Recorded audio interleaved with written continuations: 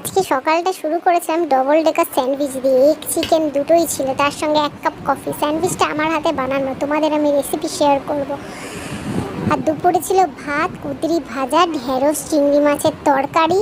আমাদের জাতীয় মাছ আছে চিংড়ি মাছ, সব কিছুতেই থাকবে। আর তার সাথে ছিল পটল আলু ডাঁটা দিয়ে মাছের ঝোল। উফ, মা খালি বলে কি খাবি, মাথা খাবি? আমার মাথা তো সারাদিন খাস, মাছের মাথাও খা। আর কি বলবো, যাই হোক, সেসব দুঃখ ভুলে, সেসব কথা ভুলে আমি মাছের ডিম দিয়ে ভাতটাকে মাখালাম। তার সাথে মাছ, পটল, আলু দিয়ে ভালো করে মাখিয়ে, উফ, এক গড়াসে এত স্বাদ একসঙ্গে খেতে, উফ, খুব ভালো লাগে।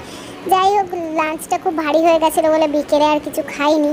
রাতে খেয়েছিলাম ডাল দিয়ে, মুগ ডাল দিয়ে, পেঁপে দিয়ে একটা ডাল করেছিল, রুটি করেছিল, আর ভাজা পেঁয়াজ লঙ্কা দিয়ে আলু হাতে মেখে একদম গপ গপ করে খেয়ে